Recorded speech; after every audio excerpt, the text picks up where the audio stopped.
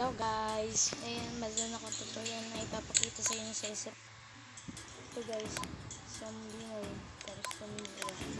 Ganito, meron ako technique na papakita sa inyo yung glitch na para maging zombie na may bazel. Oh, change map.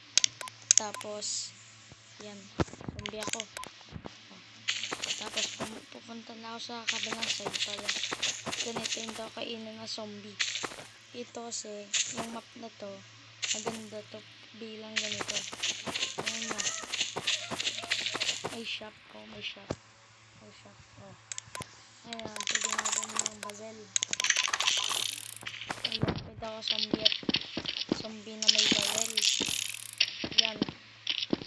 Kung may ano dito, ako, translate na lang.